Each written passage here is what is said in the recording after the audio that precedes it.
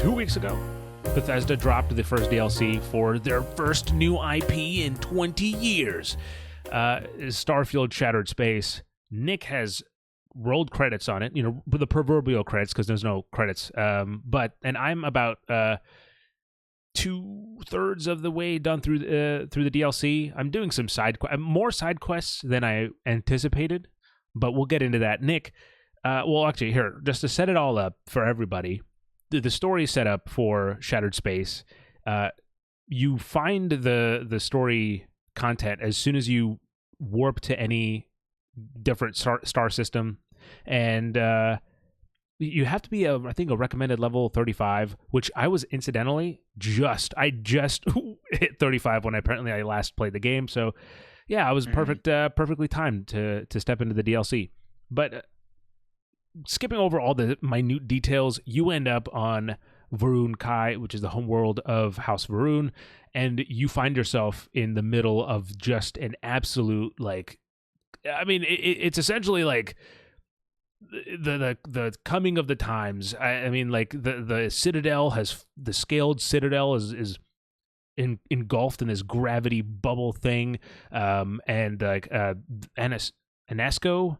I keep saying like like Ahsoka or something, like it's like it just keeps getting the sci-fi names are getting jumbled up. I think you got it. I think it's Anasco. Anasco, yeah. He's like appearing in visions, and essentially you have to help House of Rune come together and find him and figure out what the hell happened.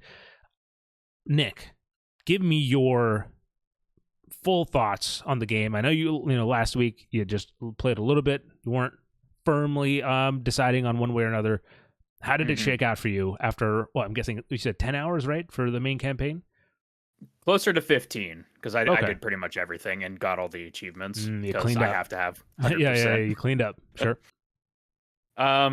Yeah, so it's a real mixed bag if I was gonna just put it all out there. This is coming from a self-professed Starfield fan. I've not shied away from that fact.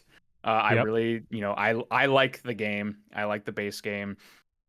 I have a collector's edition, obviously, so that gave me access to the DLC and everything.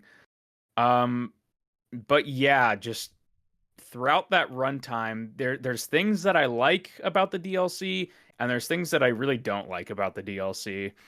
I'll start with the things that I like, because I feel like, it's things that we can both kind of touch on. I like the planet, the way that it looks, Varun Kai. Visually, I think like the art direction of not only just the planet, but also the city of Dazra that you get to explore is really cool.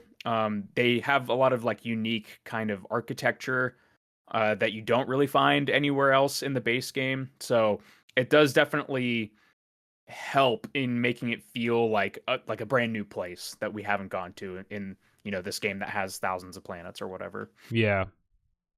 There could be a planet like Varun Kai. We just haven't been there because there's fucking 1,000 planets. Right. So yeah, I like the art direction for it. I like the combat scenarios for the most part.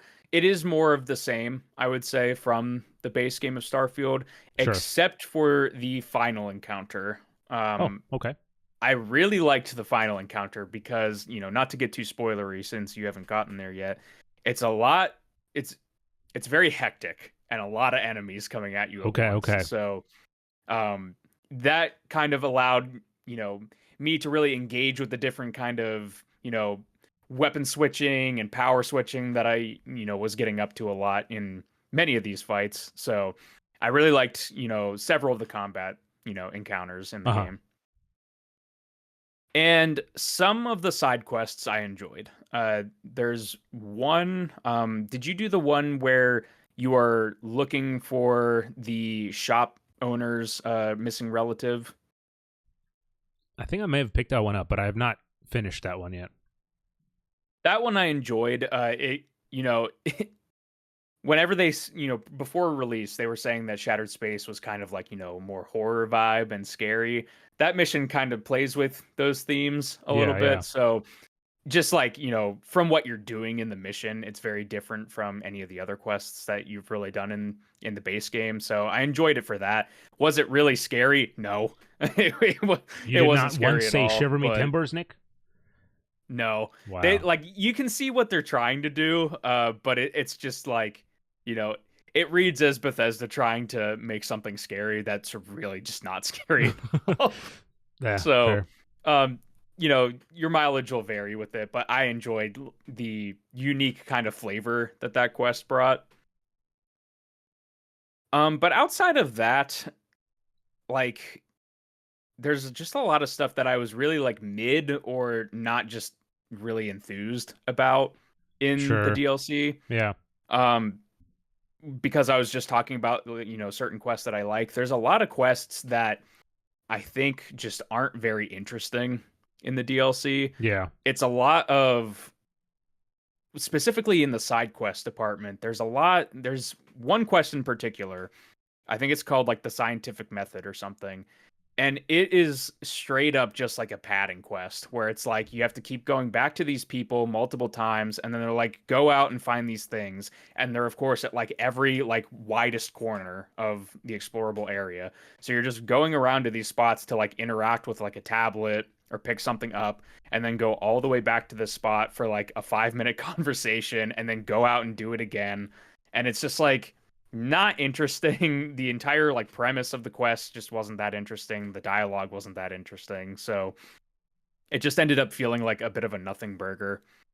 Um Certain ones of the main quest, so like basically as we kind of got into last time, the main quest, you're kind of trying to get in the good graces of each of these houses under House Varun, Yeah. Yeah. and so that they will give you some sort of access or component that you need to build this giant device that's going to let you enter the scaled citadel.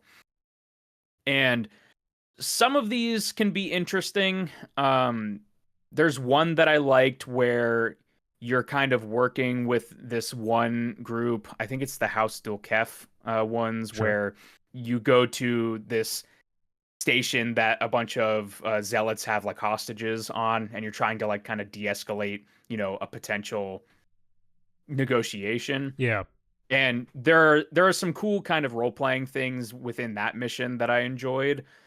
But then there's like one where you're just kind of like searching for this head of the house's like son, because he said that he didn't want to work for the house anymore, and then his dad was just like angry, and he's like, well, go kill him. And it's just like, like it's, for me personally, I guess I should contextualize it. I think I mentioned this last time, Sri, but House of Varun, while they didn't have much of a presence in the base game, and it's nice that we're getting like an expansion completely around them to flesh them out more, they just never have been really a faction that I've been super interested in. So like whenever it gets into like, house politics about, whether or not the Great Serpent is controlling everything or not, it's just like I'm just kind of out already. And like I, get more attached to the kind of interesting threads that pop up, and it's like, oh, like I have like a little bit of like role playing that I can do here with like my character that like, probably doesn't believe in the Great Serpent. Right. But so much of the conflict is just like about, the Great Serpent and whether or not you being there is like preordained, or if you have free will. But it doesn't really like go much beyond that. So narratively speaking, it just wasn't that interesting to me. Gameplay wise, I was having fun, you know, in the various like you dungeon areas and stuff like that. But just like story wise, like whenever we got into conversations, it just kind of felt like, kind of by the numbers for me personally. And there's one more thing that I want to say kind of story wise, which is the dialogue, I think is like noticeably inflated in the DLC, to the point where there's like several conversations that I would have along the main quest where it seriously felt like, they would say a line and then it would switch to the next line, and they basically just said a rephrased version of what they just said, and then it would like do it again. And it's like, okay, like I understand that I have to Yeah. go over there and, talk to the people. Like, I don't know why we have to keep saying this like over and over and over again. Yes. And I think that point was kind of exacerbated by the fact that I've had the game like crash on me 4 or 5 times.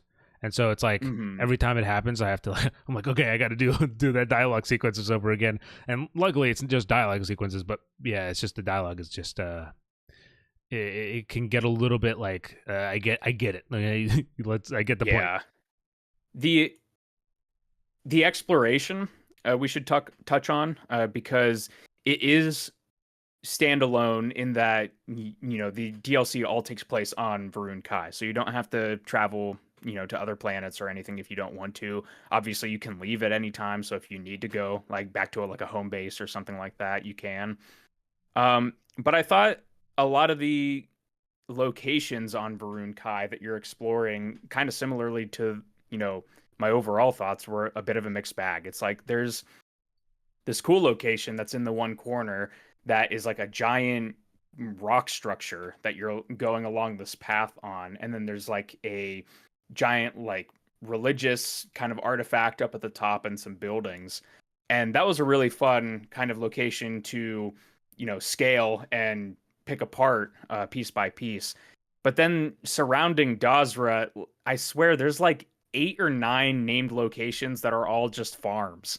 And it's like these just aren't interesting places to explore. Like you go there for certain quests or to talk to a character or something, but I remember exploring the immediate area when I first started, and it's like you found like 4 or 5 farms, and it's just like okay. Like, oh great, I another farm. I guess, oh look, another groat. Exactly.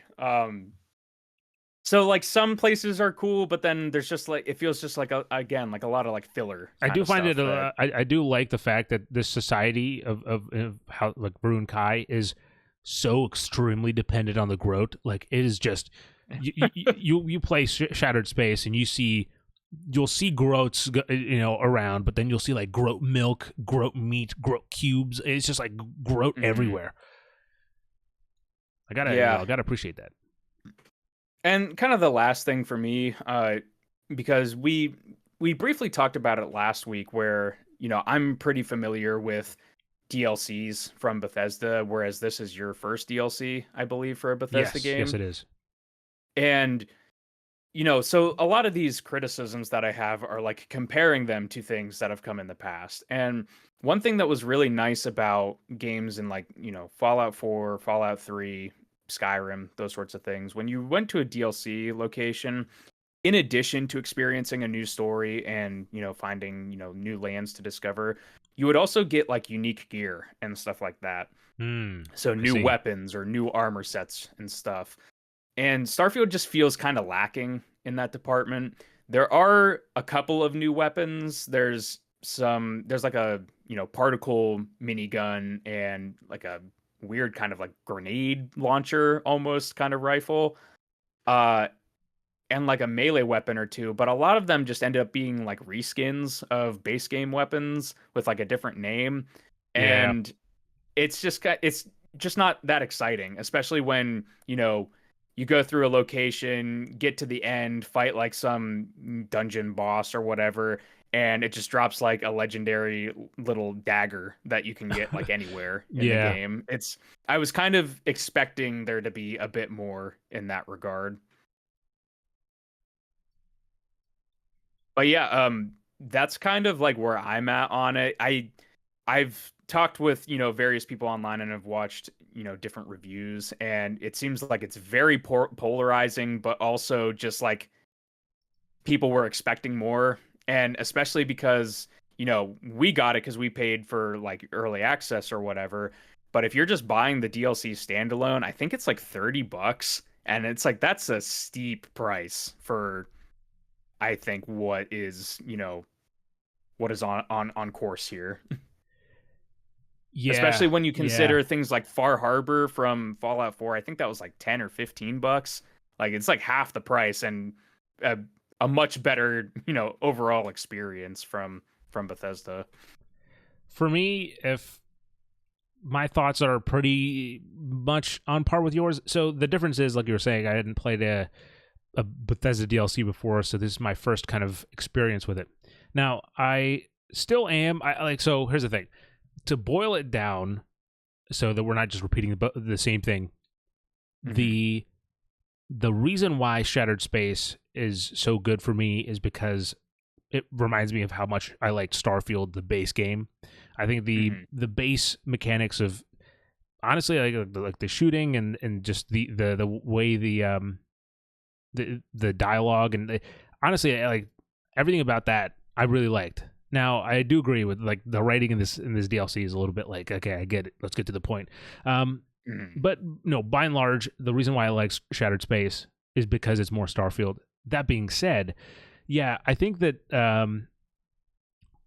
it's a DLC, and so if you can give it some slack or not based on your own kind of the way that you look at it, but it's very predictable. And so what ends up happening is that, like, after the first hour of the DLC, once and I mean, like, once you've decided to step onto the Oracle and go to like just initiate the story content, an hour in you get your mission objective, and the mission objective is to unite all three houses, and that's the story. Like, that's just the DLC. So it's very predictable in terms of like where, okay, I have to do this and this and this, and we'll get there.